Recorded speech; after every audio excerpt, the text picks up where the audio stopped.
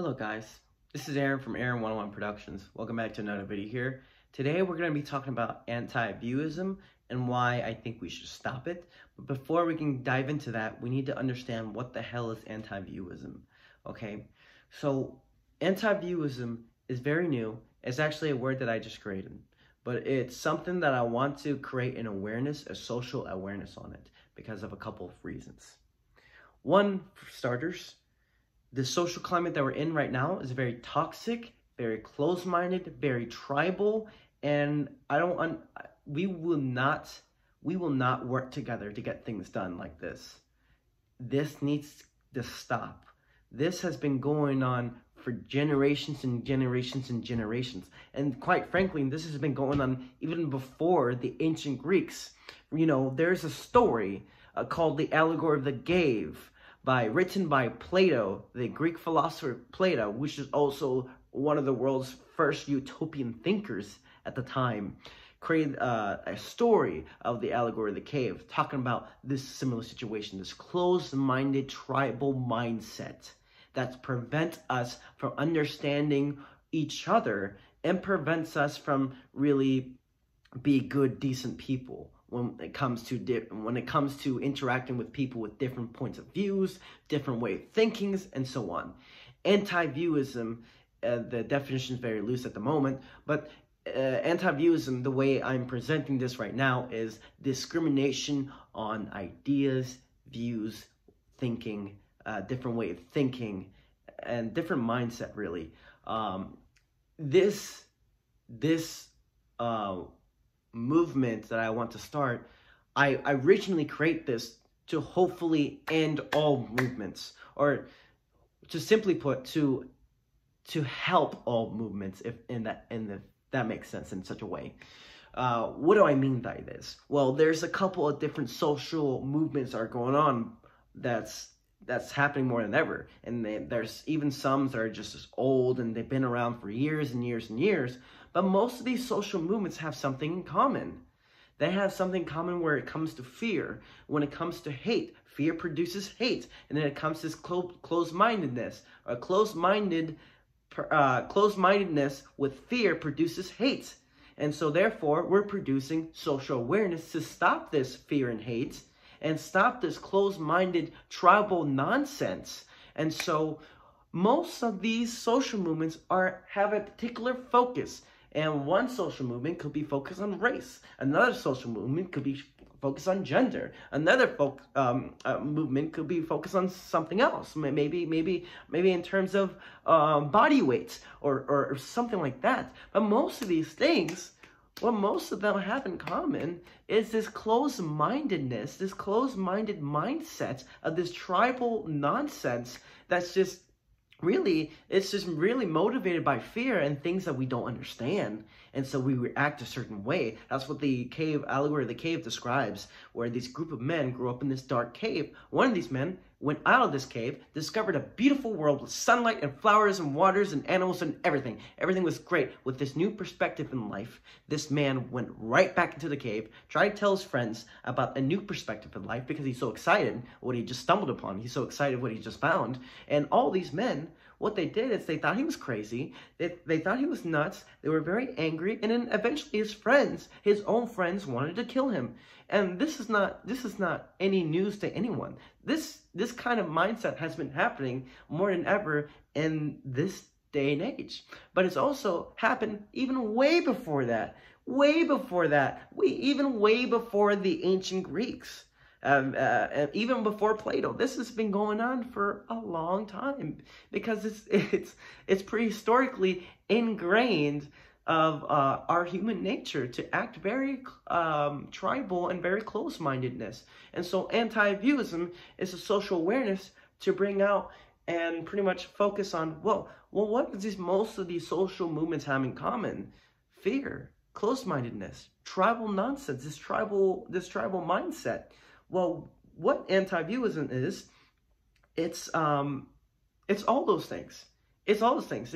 Usually it's motivated by fear and motivated by things we don't understand, and which produces fear, which produces hate, which produces, misinterpretations of things and misjudging certain situations and whatever. So this movement, Stop Anti-Viewism, is a movement that sort of tackles on everything simultaneously by focus on what they mostly have in common. And so this is what I believe in, and I want to stop anti-viewism. I want to stop it because people today are closed-minded.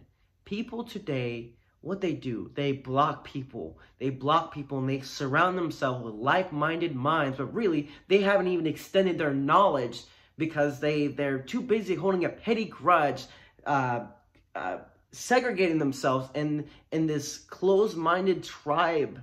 And this needs to stop. We can't work through anything like this. This needs to stop. And so anti-viewism is all that. It's all that. It's this nonsense where we're just acting like this closed-minded tribe. And a lot of us are scared to say what we actually want to say. A lot of us can't even have a healthy, open debate on certain subjects. Before, we're used to do things like that. Now it's almost like you can't even do that nowadays. And even with normal people, they can't even do it. And so anti-viewism, the movement of stopping anti-viewism, is to sort of relearn those things. Relearn that, hey, not everything is the way it seems. Hey, how about you give them a chance and explain their side of you? Hey, how about you have an open mind? Because most of the times when you disagree with someone, oftentimes, probably you're not going to have an open mind after you disagree with someone. So that's sort of like, to me, I sort of see it as like some sort of bias, because now you have to weigh, well, what's really going on here? Why are they closed-minded? Is their pride on the line? Is their values on the line? Are they being challenged in such a way? Like, why are they being like this? So you have to get them, you have to go about it in a particular way. And so one interesting story that really fascinated me was this black man named Daryl Davis. Daryl Davis became friends with a KKK member, but he wasn't really expected to do that, really. He just wanted to learn why the hell is he standing for a movement that hates people of his color, like people of his skin. Like, why? And like, he never could find the answers in the books, so he figured might as well just ask the person who's mostly associated with racism.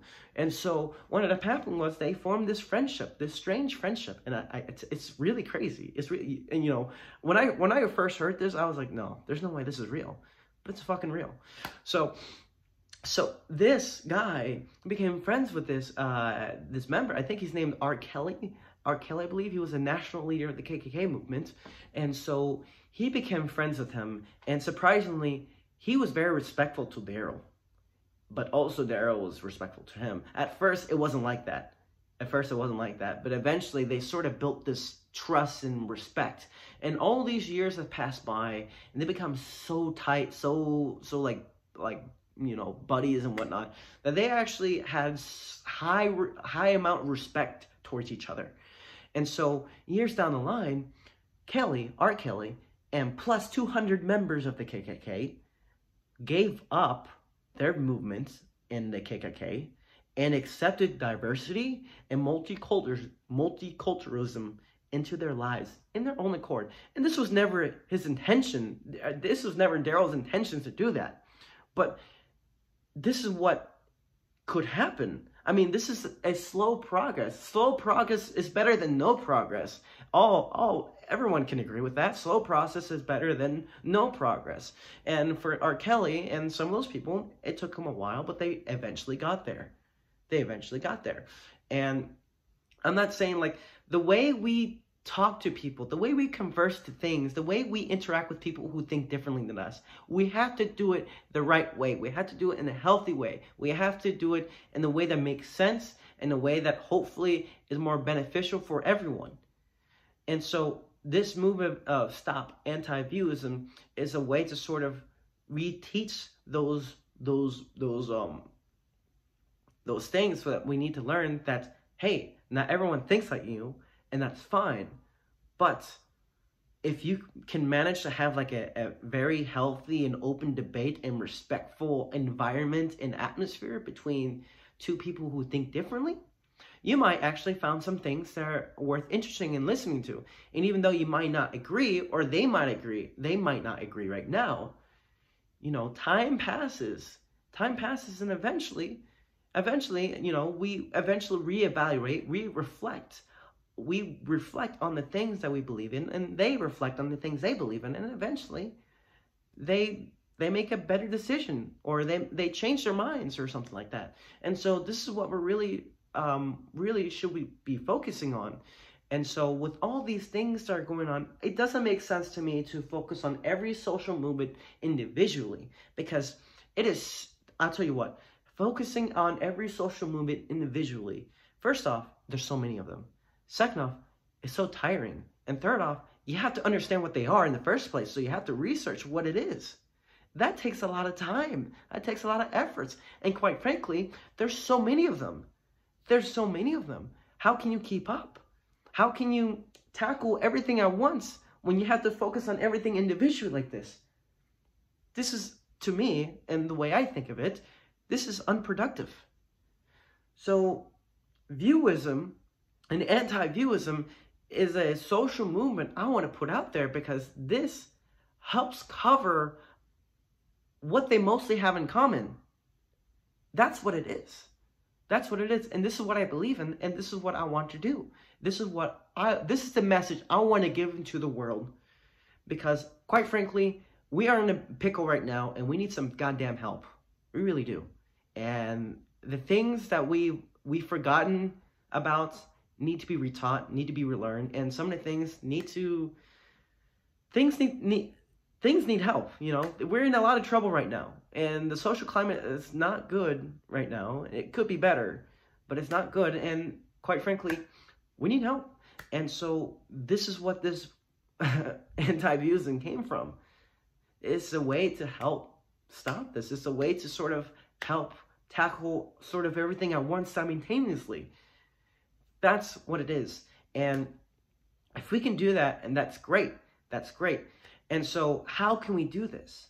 Well, that's the very question I'm having trouble with myself, actually, because such of a new thing, such of a new word, new concept. But I've mainly been focusing on the the philosophy of Plato, Aristotle, and those are the only two I've mainly focused on. But in terms of, well, how can we have a better social environment? I mean, that's one of the biggest things, I would say. Stop acting close-minded. And we need to learn how to have a conversation in a healthy way. And we need to learn how to debate each other in a healthy way. We need to learn how to be offended and be able to take it, honestly, because you cannot expect to try to talk to someone, interact with someone who thinks differently like you, someone who comes from a different way of thinking like you, and expect not to get offended. Like, you can't expect that. You can't expect to not get offended. That's going to happen. That's going to happen because these are differences. I mean, these are differences. These differences are not, you know, these differences are not, differences is not a fancy word of the same. We all know this. I mean, it's obvious. Differences is not a fancy word of the same. So when it comes to interacting with people with differences and different way of thinking, expect to be offended and expect that, you know, sometimes you sort of have to keep it within yourself, but you can't be too involved. You can't lose it with them. You can't, because if you do, then you immediately destroy the process of trying to talk to them and try to maybe show them and help them, guide them to a new perspective. Now, we can't just force them down their throats, but what we can do is we can be respectful of them and try to offer them a new perspective in a particular way that doesn't make them feel like it doesn't make them feel like their life is on the line. So this is what I believe in, and if everyone could sort of pitch in and try to spread the word, I would really appreciate it, because this is what I believe in, and I think this would really do a lot of good in this world. So, yeah, that's pretty much anti-viewism. Stop anti-viewism. Stop the closed-minded nonsense. And we need to learn how to talk to each other. We don't know how to do that anymore because we're in this closed-minded mindset. Now, when we come across someone who thinks differently, we immediately assume things that are not there. We project on things that are not there on them. And that's wrong. That's wrong. So, help me stop this mess. Thank you so much for watching, and have a good day.